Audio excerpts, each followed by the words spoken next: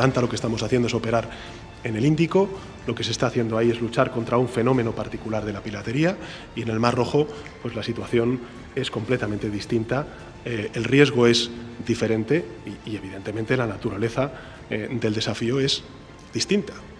no tiene nada que ver una operación con otra. Por tanto, estamos dispuestos y abiertos a que efectivamente se plantee esa operación por parte de los aliados, tanto de la Unión Europea como de la OTAN, pero evidentemente no sobre el marco o en el marco de una operación como la Operación Atalanta.